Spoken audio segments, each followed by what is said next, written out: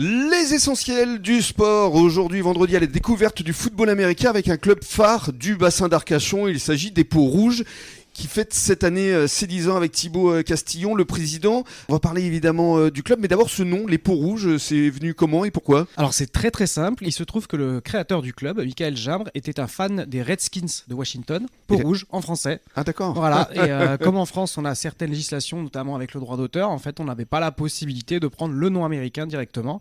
Donc la traduction française littérale, les Peaux Rouges. Les Peaux Rouges. Et alors c'est très amusant parce que j'ai regardé un petit peu dans le championnat, vous avez des noms assez rigolos.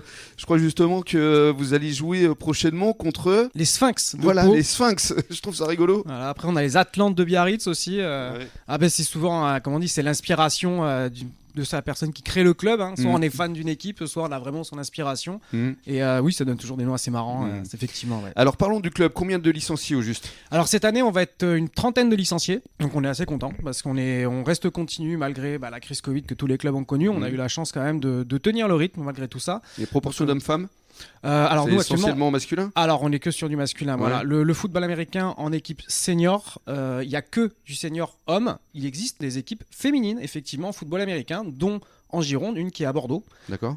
Donc c'est vrai, il y a des équipes féminines aussi au football américain et qui n'a rien à voir, certains peut-être qui nous entendront, verront parler de la LFL, la Lingerie Football League, qui a eu un grand essor. Mais là, on est vraiment sur du football américain équipé qui se pratique comme les hommes. Alors parlons de l'équipement justement. Il y a le casque, il y a les épaulettes. C'est ça, ouais. Le football américain, en fait, ça se pratique avec un équipement de protection. C'est la réalité. C'est ce que, comme je disais tout à l'heure, on a des collisions, c'est des contacts très forts. On a donc un casque avec une coque renforcée en plastique, c'est vraiment, mais avec les nouvelles technologies maintenant, on a vraiment des protections qui sont très évolutives. Une grille en acier qui se trouve devant qui protégera le visage. Après, on a l'épaulière, on appelle l'épaulettes certaines. Donc c'est une coque renforcée également avec des protections en mousse à l'intérieur. Et ensuite viennent des protections secondaires, les protections de coccyx, de bassin, de hanches, de cuisses et de genoux, tout simplement. Et alors, si je vous dis que le football américain, pour moi, est un sport un peu violent, qu'est-ce que vous répondez ? J'irais oui et non.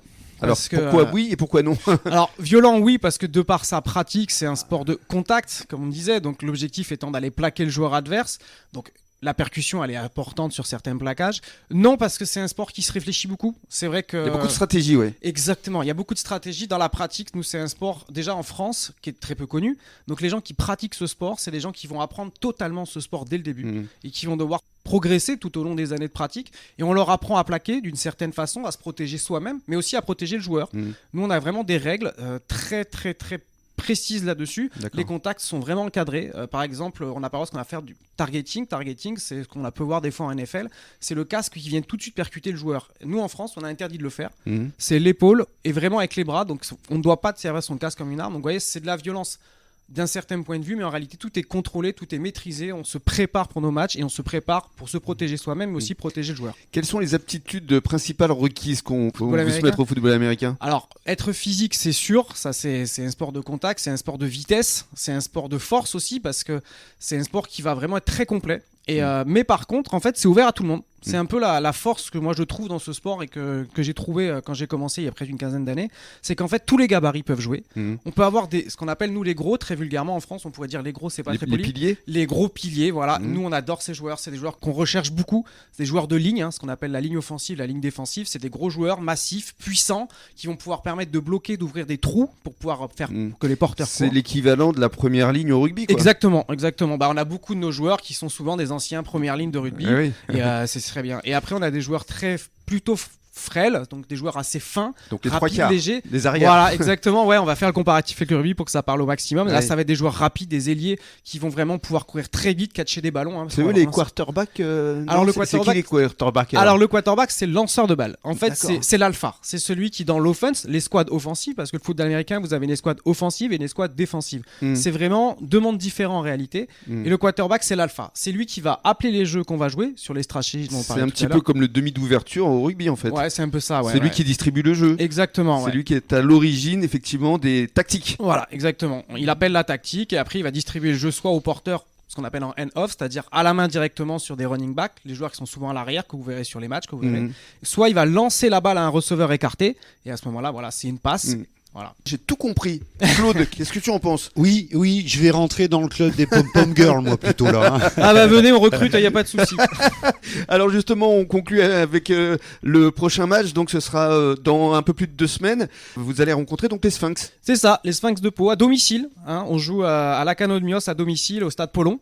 Le 26 février à 14h et on va rencontrer une équipe qu'on connaît bien, les Sphinx de Pau, qu'on a réussi à battre à 2 reprises l'année dernière et on espère bien réitérer cette année. Tous les espoirs sont permis. Ah oui. Et si vous gagnez ce championnat, il y a quoi à la clé? Alors nous, le championnat, si on le gagne, on a la possibilité de monter en division supérieure. Aujourd'hui, on est vraiment dans une politique, nous, de développement du club, donc on ne le fera pas parce que l'objectif, c'est d'ancrer notre club dans le temps. Donc là, ça fait quand même 10 ans. Formation. Exactement. Et l'objectif vraiment premier dans les années à venir, avec le partenariat de la mairie qui nous suit et qui nous soutient beaucoup, et ça, on les remercie beaucoup pour ça, c'est de monter une équipe jeune, parce qu'aujourd'hui, on n'a malheureusement pas d'équipe jeune en... Et puis c'est l'avenir. C'est l'avenir, ouais, vraiment, c'est l'avenir. Et on a eu vous êtes jeune, vous aussi, en tant que président, vous avez quel âge? Eh bien, moi, j'ai 33 ans. Eh ouais, vous êtes jeune, hein? Bah, on est jeune, ouais, on essaye. Hein, mais... Monsieur le Président Castillon, bravo. Merci. Merci beaucoup. Et puis nous, Claude, merci pour cette belle semaine. Merci à vous, Rémi. Très belle programmation, Absolument. de belles rencontres. Et SIPA Automobile Arcachon, on le rappelle, donc premier concessionnaire éco-responsable sur le bassin d'Arcachon. Voilà. Merci beaucoup. Bonne soirée à tous et bon week-end.